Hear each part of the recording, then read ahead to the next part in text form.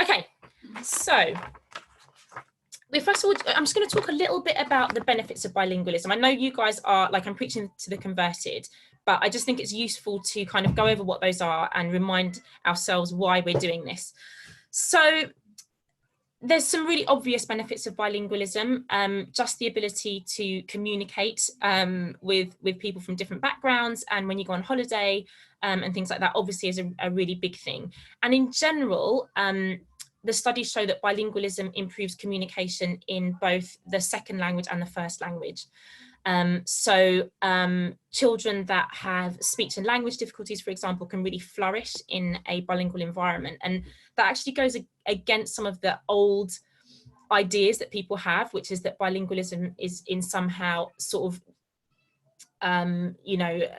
has a damaging effect on language acquisition. And that kind of goes back to the basically the way that studies were done in the past, which wasn't great. So a lot of those conclusions were based on studies that were done in the United States on immigrant families who basically the parents would be so keen for the children to learn English that they would be speaking to them in English at home, and it wouldn't be very good English. So when they went to school, they spoke this not very good English, and the studies therefore concluded that having two languages was bad for the children's English and Spanish. So this is a good lesson for us in that we should only be speaking a language that we speak really well to our children as standard, and we'll kind of come back to that later. But yeah, that's one of the things. It improves communication, and the studies show that children, if you kind of add up all the words that children have in both of their language, bilingual children in both of their languages, bilingual children will usually have more words than their monolingual peers, if that makes sense. And at most stages, they will usually speak both languages as well as a monolingual child would speak the language, assuming that they're fluent in both, because obviously there are levels of bilingualism, which again, we'll come back to. The other one is, particularly if children come from families where there is another language spoken, a second language spoken, the cultural benefits. So, if you've got grandparents that speak, your child has grandparents that speak Spanish, and they can communicate with them and, really kind of have proper communications with them, that's obviously going to help them culturally. And equally, if you don't, it's really incredible benefit culturally for children to be able to go to another country and speak another language. Later on in life, obviously, there's really great options in terms of employment prospects from having another language. There's cognitive benefits that have been really, really well studied. So bilingualism has been proven to improve various things, including working memory and executive functioning, which is to do with problem solving. One of the big ones for me is the improvement in empathy. So bilingual children have been shown to have greater empathy at a younger age. And the theory is that basically, as a young child, if you're bilingual, from a very young age, you have to kind of say, you have to say to yourself, right, I would, that person's going to understand me if I use this word, but not if I use that word. So they're challenging their empathy from a younger age in a way that monolingual children don't have to do. So that's one of the theories behind why that's the case. But I just think it's amazing that it can improve empathy, which is such a vital and important thing. So that's the big one for me. So that's some of the benefits. Now, the next thing I want to talk about is the emotional side of bilingualism. So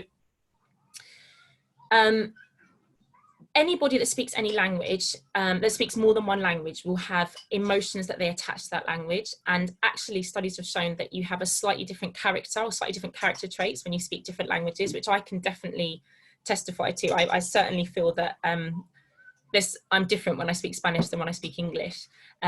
Maybe just because of the expressions and the words that are used, but for some reason that's the case. So the reason that's important in terms of our children and helping them become bilingual and supporting their bilingualism is because it's so important that we make it fun and a fun and loving experience for them. It's not a chore.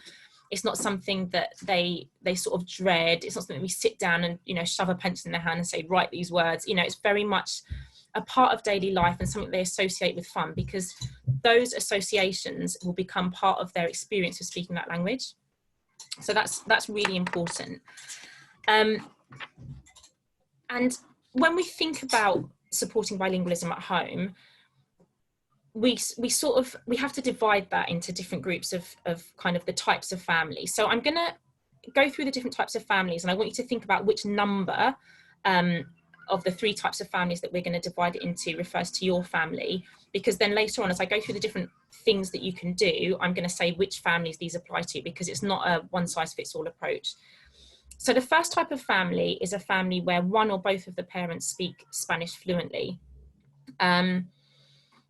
So that's type number 1. If one or both of the parents speak Spanish fluently, you are a type 1 family. The second type of family is a family where one or both of the parents speaks quite good Spanish. So maybe a parent has studied Spanish and can converse well. I'm talking a bit beyond sort of just being able to say "Hola, quiero una cerveza," but they can sort of get by in Spanish and they could have a conversation. So that's type 2. And type 3 is a family where parents speak no Spanish or very little. So again, it is that very much like "Hola, ¿qué tal?" and that's about it. And obviously within those groups, there are subgroups. So if both parents speak Spanish fluently, then it is slightly different than if only one does. But I'm just going to kind of break it down into those 3 broad categories for now. So in families where, in type 1 families where both parents speak Spanish fluently or one parent speaks Spanish fluently, the sort of historic, the most evidence-based approach is the one parent.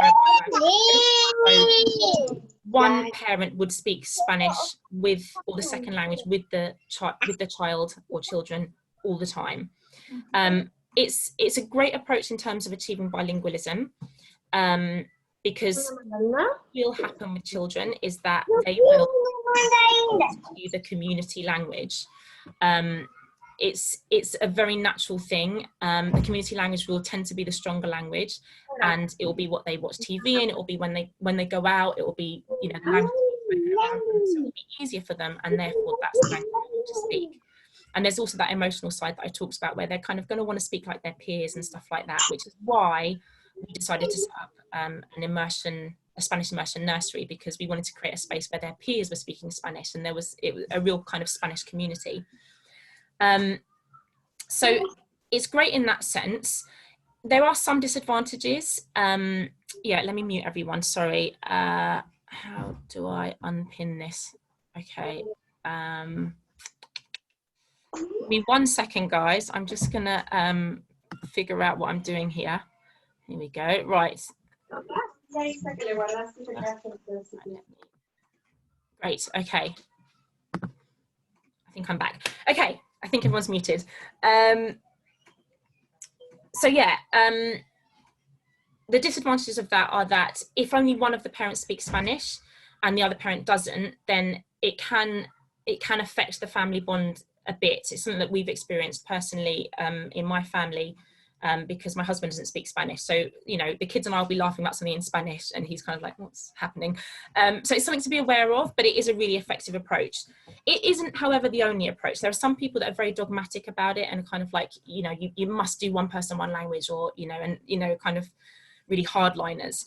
But actually, one thing to remember is that bilingualism is the norm throughout the world. We in the UK, we are in the minority in terms of having children that are usually monolingual. Actually, this is quite unusual, and it's very normal for children to speak more than one language. So I don't think we need to approach it with a kind of very rigid idea of it must be done like this. You go to somewhere like Singapore and you will see parents speaking in 3, 4, 5 different languages, and the kids just pick them up because they're so exposed to all of them.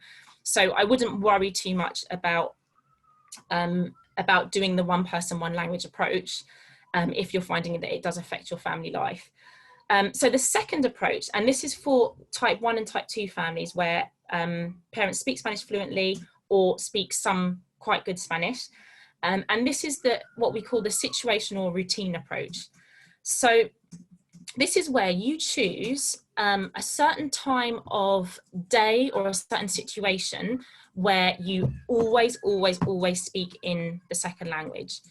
So for example, it might be at bath time, or it might be every time you're in the car, or it might be every day at dinner time, or it might be, you know, bedtime stories, and the kind of bedtime routine, but building that into a routine for the children so that they get very used to the idea at this time of day or in this situation, we always speak in Spanish, and their mind kind of makes that mental switch, because you do need to do a bit of that with speaking another language. Slight disadvantages of that approach are that you're only then exposing them to very specific vocabulary, so they don't kind of get a wide a range. So it's just to kind of be aware of that and make sure that you are building up exposure to vocabulary in other ways, which we'll come back to. So that one's really, really good. And I would say that even families that don't have any Spanish, as you start to learn some, you may be able to start introducing this. So if you kind of go on Duolingo and you start sort of developing some Spanish, and you find that you're able to kind of, you know, do the bedtime routine, even just reading the bedtime story and saying goodnight in Spanish, that's great. If you've got, you know, you feel confident enough to do that, then that can still be something that you build into your daily routine. And one thing to say here about the type 2 families where they speak some Spanish, we talked a bit about that, that emotional side of it, and it can be very difficult to start doing that with your children, because there is, as I say, there's an emotional side to your kind of bond with your children. It can be difficult to intrude another language upon that. It's a psychological thing. Push through it. Try and make it happen just for those times, and just really just keep forcing yourself to do it, and it becomes very natural, and actually that initial discomfort that you feel does go away. So just be aware of that might happen, and that you should push through it. Okay, now on to things that apply to all the types of families. So one of the really important things is to encourage repetition. So if you're a type 3 family, some of the basic things that you could be doing are labeling items around your house. So for example, we're going to send over at some point some little labels that you can put on common things around the house, and you can just name those things with the children and encourage your child to repeat it back. And the main thing is to do it in a really fun way, not like say this word, but just kind of like, for example, you know, you pick up a toothbrush and you say, cepillo de dientes. Can you say that like that? And then, you know, they'll reply it in a sort of silly way, and maybe do a funny dance, or you just, you know, just make it fun, and then they're motivated to respond. So we're gonna send that over afterwards, and that should help. So yeah, the main thing that I kind of wanted to get across here is the idea of encouraging repetition. So for all groups of families, that's what you want to be doing. And for type 1 and type 2 families, what you can do, for example, is, you know, I'll say to my children, ¿Qué quieres comer? And they'll respond in English. And, you know, Asta might say, I want bread with butter on it, and I'll say en español, like in a funny voice, and he'll go, quiero pan con mantequilla, and he just sort of like, it's a fun thing. And sometimes he won't, because he doesn't know the particular vocabulary that I'm asking him to repeat. So I'll say it in a funny voice, and I'll say, can you say it? And then he will. So it's kind of just building that into your daily life and doing it as much as you can. And this is really useful for those children that get to that age where they are resistant to speaking in the second language, which does happen. It's very natural. And it doesn't mean that you're doing them some damage by encouraging them. You should still encourage them, because they will one day thank you, and it is really, really good for them. But just make it fun. So really encouraging that repetition. There's certain games that you can play that encourage repetition. So like I said, just sort of saying in a funny voice. Using puppets. So Sarala's got a great thing she does here called Señor Lobo, and I've got a puppet that I use called Señor Pájaro. And both of these puppets only understand Spanish. So they'll only respond to you if you speak to them in Spanish. And they say really stupid things, and they're really silly, and they make everyone laugh. So if you've got enough Spanish to play games like that, that's really, really powerful, because then children are encouraged to speak in Spanish. I can see Fadia's asking here, does it matter if our accent might be wrong? The short answer is no, it doesn't matter completely. What would matter is if you were trying to say sentences that were beyond your ability, and you're saying them wrong, because then you're actually teaching them wrong Spanish. But actually, you know, Spanish, English, there's loads of accents of English. And, you know, I don't worry, for example, when I speak to my kids in English that, you know, oh, what's going to happen to me if they go up north? And so if you saw what I mean, it's not terrible. The main thing is that you're getting, if your accent is bad, but your pronunciation is more or less on track, then that's good. So using the right apps to make sure that your pronunciation is kind of roughly okay, rather than you're saying basically a completely different word that actually has nothing to do with the initial sound. So for example, if you're saying estación instead of estación, that's fine. But if you're saying station, then that's not right, because that's a different word. So I hope that kind of makes sense. And actually, one of the things that we're going to start doing is Luisi is going to start recording each week the vocabulary and the phrases of the week that she sends out on Family, so that you guys can hear how it's supposed to sound. So if you do want to practice at home, you can. So I hope that's answered your question, and I'll come back to it if there's anything else you want to cover on that topic. Other games for repetition is we do a game. This is potentially better for group 1 and 2 parents. I play a game with Asta called No Me Copies. So, you know, children like that copying game. So this game is don't copy me. So of course he's going to copy me, right? So I say, no me copies. And he says, no me copies. And I say, ¿por qué me imitas? He says, ¿por qué me imitas? And it just becomes this silly game. But it's encouraging him to use longer and longer sentences. And I'll kind of put in quite long sentences. No me gusta que me copies. Or, you know, just getting longer and longer, so that he's just speaking Spanish and building up that comfort with speaking the language. The game of I Spy in Spanish. So all groups could learn, you know, groups 1 and 2 can obviously do this, but group 3, you could learn the little rhyme for that. Maybe can you make a note, Luisi, that we'll send that over to everyone. Veo, veo. So it goes, veo, veo, and then the other person says, it's a call and response. So veo, veo, que ves, una cosita. ¿Qué cosita es? Empieza por la, o es de color, whatever. So yeah, that's a really good one. And it just, again, getting that call and response just kind of makes it more natural, it's more enjoyable. And then you can do empieza por la. And with my children, when I do it like that, they just automatically say the letter that it begins with in Spanish, because they're just in Spanish mode. They might not, they might say their letter in English, and then you can sort of talk about what the word would be in Spanish and so on. But that could work for all the different family types. I've just seen a little comment here. Latin, yeah, if the mix of Spanish, Spain, Spanish and Latin American is confusing, I actually don't think it is, Diana. And the reason I say that is because we have experience of it in English with American English and English, and it's not an issue. So I think the resistance is more just because Spanish is harder for them, because it's not the community language, and that's the thing to be aware of. So I think the more exposure we can get, the better.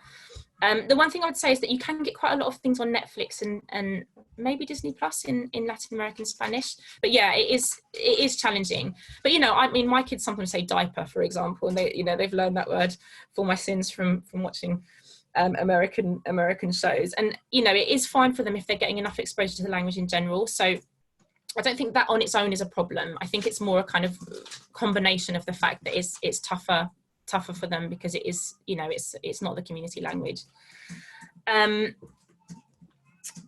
One thing that we were doing today, we were doing, well, Luisi and Sarala were doing, what do you call it? Like charades.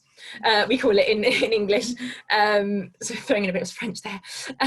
So they were playing a game where the children would pick a card and they would act it out, and then the other children would shout out what it was in Spanish.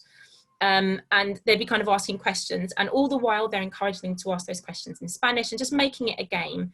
So the more games that you can play in the second language, the better. And that again is something that even group 3 parents could do, because you can use sort of simple words, and, you know, tren, coche, all of those things. It will help your language, and it will help theirs as well.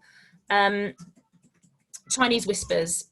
This is really for, I suppose, for you know, a family where there's at least 3 people, I guess. But yeah, whispering something into the child's ear, and then they whisper it into the next, you know, to the other parent's ear, for example, and the other parent has to respond. And that can work even where there's a family where one parent speaks Spanish and one parent doesn't. So the Spanish speaking parent would start, the child then says it to the non-Spanish speaking parent, and everybody laughs when the non-Spanish speaking parent says it wrong, or maybe that's just my family, where we do that to poor Steve.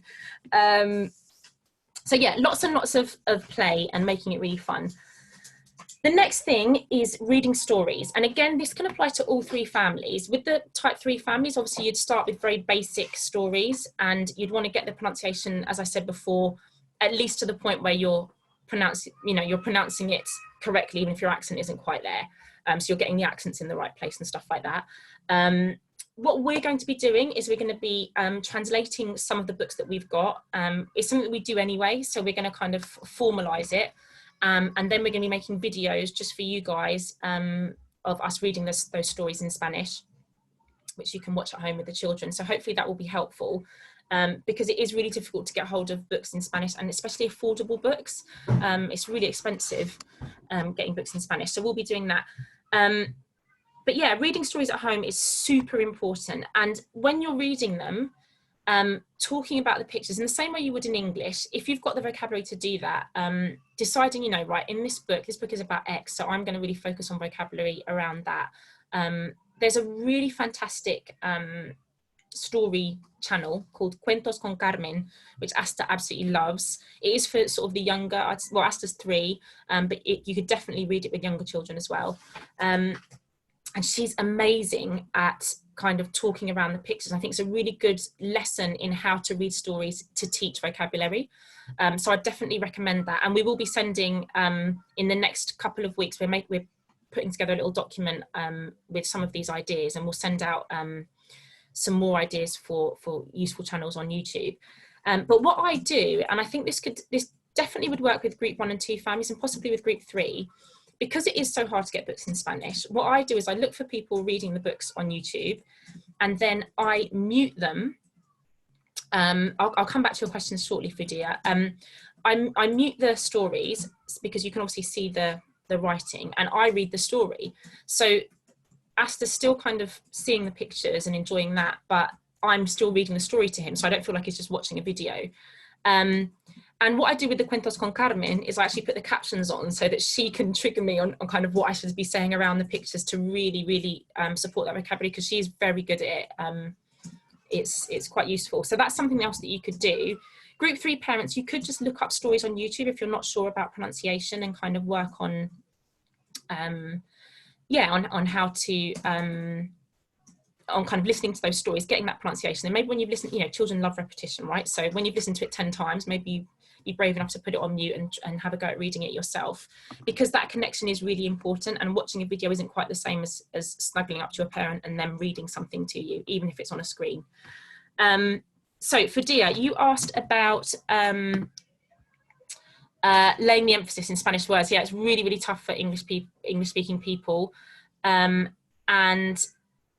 got something in Spanish so I can share the details of. Yes, it'd be great to share the details. And actually, one of the things we're going to ask everyone to do is to please send us your recommendations of Spanish books. I know some of you have been talking about it in different forums, but if you can just send us like a massive list, or as many books as you can, we're going to create a list to share with everyone, so that everyone can see and get some good ideas, as well as adding in our ideas, obviously. Safar's asked me to recap what type 1, 2 and 3 families are. So type 1 families are families where one or both parents can speak Spanish fluently. Type 2 families are families where one or both parents can speak some Spanish. So they've maybe studied Spanish, but they're not super confident and they're not quite fluent. And then type 3 families are families where neither parents speak very much Spanish at all. So they can literally just say, hello, goodbye, how are you, or whatever, or maybe nothing.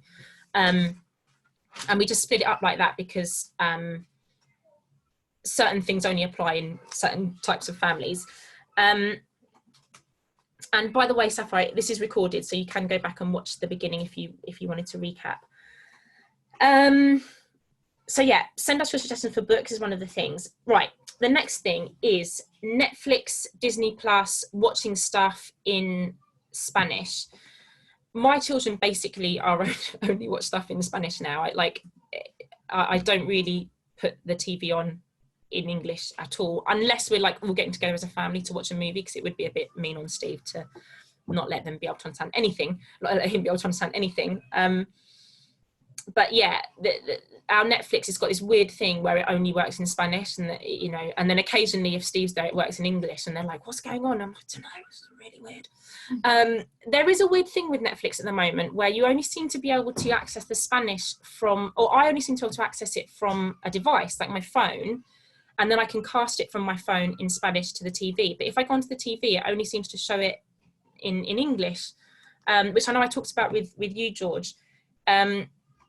I don't know why that is, but if you're having that problem, try going in from your device. In the document, let me make a note of this, we'll add in how to change the language in Netflix.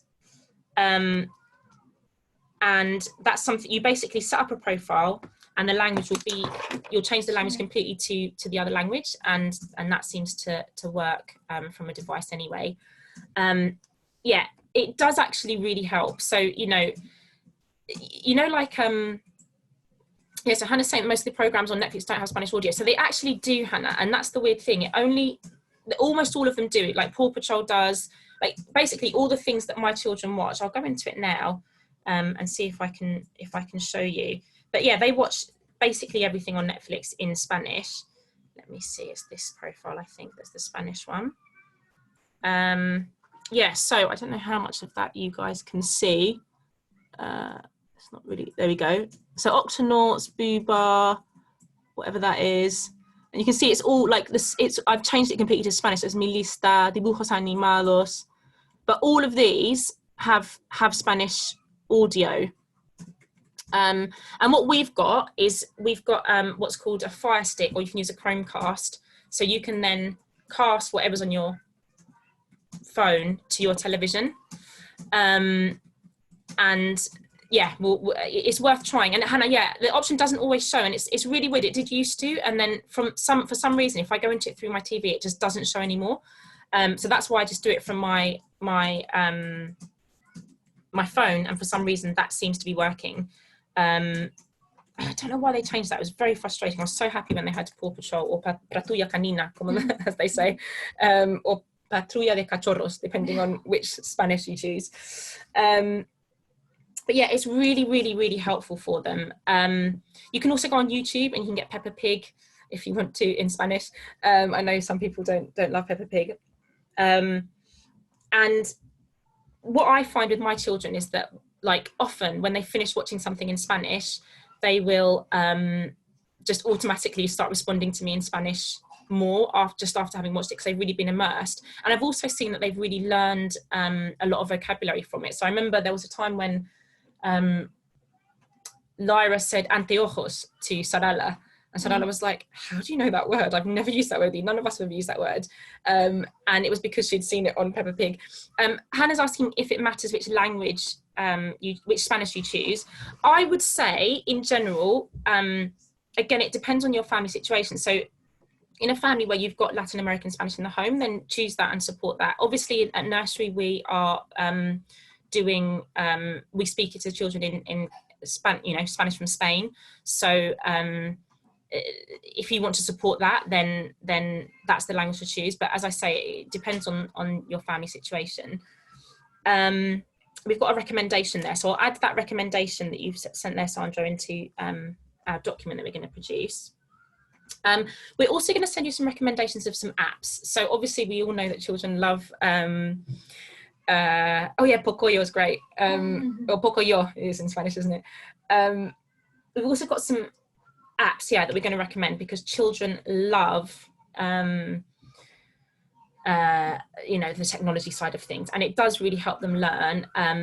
So we're going to send you a big list of the apps that we'd recommend. We've also we're doing a trial of Muzzy, which is this really kind of, it's quite ancient. It's got like the old BBC like intro music. It came on just now, and Helen and I were like, oh, it's like the old days. We're going to try that with the children. It basically takes them through a kind of curriculum. So it's like, they learn like how to say hello and blah, blah, blah. Having watched it, it's not like the most exciting. Okay, Eve thinks she used to study English with Muzzy. Great, well, obviously worked for you, so that's a good recommendation. Yeah, we're going to try it and we're going to see how the kids get on with it. We're trying it for a month, and we'll let you know what we think about it. And if we recommend it, we'll let you know. I think it would be more for type 3 families, possibly type 2, because it's more for children that don't have much Spanish and that really need to build their vocabulary. But we're kind of using it as a way of bolstering the vocabulary that the children have and stuff like that. So that's another thing to consider. Another thing, if you get babysitters, where possible, try to get Spanish speaking babysitters and encourage them to only speak Spanish with the children. Obviously it's not easy to do, but you can get recommendations. Some of our staff do babysitting, but obviously at the moment it's a bit challenging with coronavirus, because we're only doing babysitting within bubbles and stuff like that. But yeah, like ask on Facebook, ask around. If you can get a Spanish speaking babysitter and, you know, just support it from as many ways as possible, then that's really helpful, and that applies to all family types. If you have any of those electric toys, you know, the ones that you press a button and it says whatever, try and always see if you can source them in Spanish. Often on Amazon you can actually look for those toys in Spanish. If you're going to buy something, then, you know, just check and see if you can get it in Spanish. Same with family, like ask family if they're going to get something, let's get them to see if they could get a Spanish version. We basically want to expose them to as much Spanish as possible, because we are fighting against, you know, the kind of, not fighting against community language isn't the right way to say it at all, but we are in a situation where their community language is going to be stronger, so we need to give them as much exposure as we can. Obviously holidays to Spain if you can. Take care, Diana. Holidays to Spain if you can, really, really helpful. You know, again, depending on lots of factors at the moment, but yeah, the more that they can experience Spanish as a thing that's spoken sort of generally by lots of different people, the better. I always remember Lyra once saying to me, when she heard one of our children's dads speaking in Spanish, she was like, but men can't speak Spanish, because up until that point she'd only heard me, Sarala and Alba, who I used to work with, speaking Spanish, and her daddy couldn't speak Spanish. So for her, the world was a place where women can speak Spanish and men can speak English, and that's how it works. So it was just a really good kind of reminder of the fact that we do need to kind of expose them in lots of ways, otherwise they can kind of get these funny ideas. And the final thing I wanted to talk about before I open up to questions is children that are resisting speaking Spanish. So it will happen. It's a very natural stage. Children will, at some point, almost all children will start to want to, even in families where type 1 families or type 2 families where they've always kind of responded in Spanish, they will get to a point where they don't want to, because it's not the community language. And the main thing with those children is to really just keep going. Don't be disheartened. They will get through it. Lyra, for example, she's 5 now, and she's gone through phases. Sometimes like a phase of like a couple of months where she's just not spoken any Spanish whatsoever, and I've just kept going and I've like kept the faith, and then she'll come back after those 2 months have passed just speaking it really well again. And actually during lockdown I really didn't work hard enough on keeping their Spanish up, and both of them literally just stopped speaking Spanish. I'd speak Spanish to them and they'd respond in English. Even if I said to them, can you say it in Spanish, they would still kind of, you know, they wouldn't want to, or they'd be a bit resistant. So I actually had a wonderful woman called Maria, who's actually me working at Bonnie Tots from September, who did a bit of nannying for them when lockdown was over, but we were still shielding Lyra. And I said to her from the beginning, like, just don't speak to them in English at all, so they don't know that you can understand any English. And within 2 weeks they were both speaking fluent Spanish again, and I was really surprised at how quickly it happened. I kind of knew that it would from everything I studied, but I was just amazed that, yeah, it happened like that. So it just reminded me that you've got to keep pushing with it and just keeping trying and working at it. And now I'm making a really concerted effort to just really push with it, and just keep speaking to them in Spanish. I just want to check if there's anything that I have missed here. Oh, for type 3 families and possibly type 2 families, Duolingo is meant to be fantastic for improving your own Spanish. So definitely have a go at that. I'm just going to check if there's any questions in the chat that I have missed. I've seen lots of ideas in here. I've missed, please can you recap? Oh, it's not. Not sure if you covered this already, but how can a type 2 family improve and be more confident? Okay, yes, really good question, Hannah. How can a type 2 family improve and be more confident in their Spanish? So I used to be a type 2 family because I studied at a university, but I was not confident. So I wouldn't have put myself in category 1 because I think you have to be quite confident in your Spanish to be in that category. And I really struggled. So what I did was I started with one part of the day where I would just speak in Spanish. And that was like, I have to. In this part of the day, I'm only going to speak in Spanish. And for me, it was bath time with the kids. Well, it was just with Lyra at that point. She was very young. So that was my first step. And what I did, I had word reference on my phone. Every time I didn't know a word, I would just look the vocabulary up. But the rule was only Spanish. And I just expanded it. I just made it bigger and bigger. I learned lullabies in Spanish. So I'd only sing Lyra lullabies in Spanish when she was a baby. And I just kind of expanded and expanded that time until basically the whole afternoon to evening period would be all Spanish as I got more and more confident. So it's basically, Hannah, it's just forcing yourself to do it. Like that's the only thing that you can do is make yourself speak that second language, even though it's kind of stressful. And you just have to be really strict with yourself, and it will help the children so much if you can do that. So just keep that in your mind, like I have to do this. And even now I find it challenging sometimes to remember, like when I wake up in the morning, it takes me a few minutes a little while to switch and be like, oh gosh, I'm speaking Spanish, because I've gotten out of the habit. So I'll sort of say, I still be like, good morning. And I'll be like, good morning. What did you dream about? And I'm like, oh gosh. And I switch to Spanish. So just keep pushing with it, I think is the main thing there. Any recommendations of Spanish course? Yeah, so I'd say Duolingo, definitely. We are going to be introducing a Spanish course at the nursery. It's going to be a group thing by Zoom for now. And it'll be really for kind of beginners to intermediate. And I'm hoping that that's going to be in place from September. So I'm going to send out actually a message soon to kind of gauge interest and work out numbers and stuff like that. But hopefully that will be helpful. And then what I'd like to do at some point is start introduce a kind of conversation session where people like you, Hannah, who maybe want to build their confidence, who've got the Spanish but want to build their confidence, are just forced to speak about speaking Spanish for an hour a week, and that might hopefully help.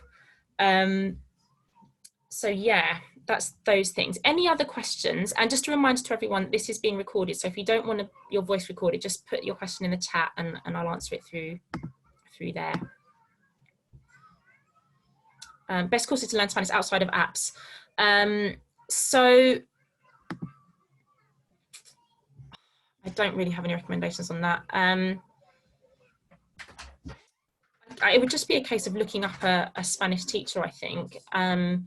But maybe give the Bonnie Tots one a go when we start that in September and see if that kind of works for you. It's very new for us. We do have some teachers here that have taught Spanish before.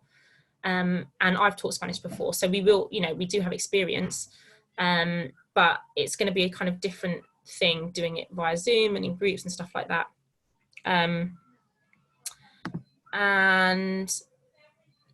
Yeah, using Alexa to translate. Oh, that's quite useful. I've not thought of that. That's quite a helpful one. Yeah, the thing is, it is just forcing yourself to do it. It really is just forcing yourself to do it, Hannah. Like that's the only, like it's hard. And it's that thing, I don't know if you're here for this bit, but what I said earlier, that there is that initial barrier, and it can take a few months to get over that initial barrier of fear, which is what you have to push through. So just be conscious that it's going to be hard, and that for the first few months, you're going to be forcing yourself to do it. But once you get through that, it becomes easier. Okay, great. Thanks, Erica. Oh, Paul Noble Complete Spanish Course. Okay, good recommendation there. Yes, Fidia, speaking to staff in Spanish, this is a really good one. And it's something that that lots of you parents can speak some Spanish and you don't speak to the staff enough in Spanish. And it is, I know it's scary and stressful. If it's easier, just remember that it's, for a lot of them, it's scary and stressful speaking in English too. So it's good for them to sort of to have you guys supporting them in that way. But yeah, just make yourselves do it. And as I said, there is that initial barrier and that initial embarrassment, but like the most important thing with learning any language is just forcing yourself to speak it. Like that's how you're really gonna learn it. Sapphire saying she doesn't like to take up their time at drop off pickup trying to recall vocab. Totally understand that. Don't worry if you're doing a bit of Spanglish as well. Like say what you can in Spanish and then drop in a bit of vocabulary in English. That's fine. And they'll usually then say, or just say to them, how do you say this? And they'll tell you. You know, they're very happy to support you in that. And actually they really love it. I think, you know, it's so lovely for them to see parents kind of making that effort, and it's so great for the children to pick up and drop off to see that interaction as well. It's really, really beneficial for them. Somebody else said something else. Music. That's the thing I haven't mentioned. Yeah, sorry, that's a really big one. I don't know how I skipped that. Songs in Spanish. So important. It's one of the first things that we learn about in terms of teaching English to children at nursery age in the early years is the importance of songs, nursery rhymes, you know, popular songs.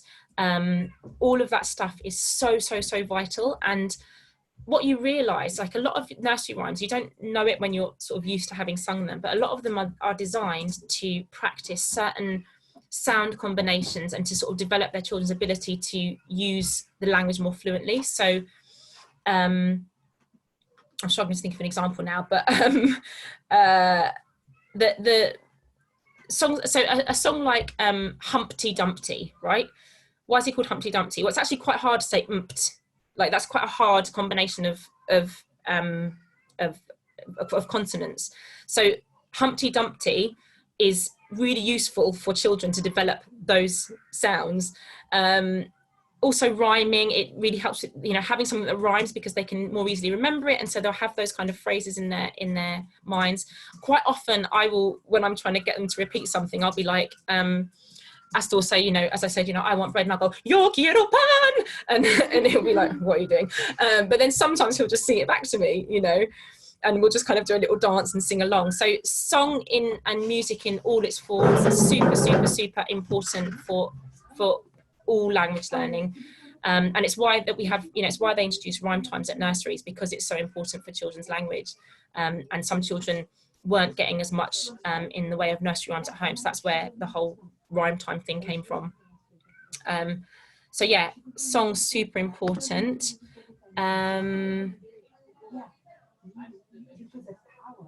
think that is all the questions so far. Does anyone else have anything else that they want to ask, or any comments they want to make?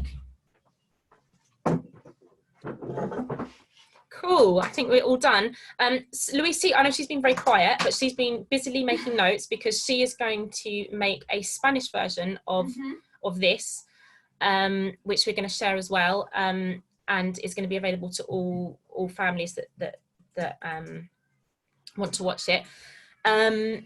So yeah, we're going to put together this document. If you guys could send us over all the books, yes, apps, TV programs, all your recommendations that you can think of, just do a brain dump and we'll make it pretty and share it with everyone, and that way we can sort of share ideas. Obviously, you know, books kind of, the issue is that, you know, new things come out all the time, but at least it will be a kind of starting point for people. And any websites that you found useful, just the list of things we've got is books, apps, TV shows, channels on YouTube, songs, websites, and yeah, I think that's most of the things that we've got. So please do send that stuff over to us and we will make it pretty and send it out to everyone. So I'm just going to check. I think everyone's just saying goodbye. You're all very welcome and thank you for the recommendations. And oh, casual Spanish WhatsApp. That's a good idea. What a good idea, said Dog. Okay, so WhatsApp Spanish. That's a really good idea. So maybe we can have one where people have to speak in Spanish, and that will challenge everyone a bit. We'll set homework and stuff. Okay, so I will be in touch about some of those ideas and about the Spanish language course and potentially conversation class. And yeah, I will look forward to Now that is forcing Spanish, lol. Yes. But yeah, I will look forward to hopefully seeing you guys using Spanish as much as you can. And please do ask us if you have any doubts. Yeah, audio messages only on the Spanish WhatsApp. Love it. That's the way to do it. So yeah, perfect. Really, really good to speak to you guys about that. And any other ideas, just let me know and I'll add it all into our document. Thanks a lot, guys. Take care.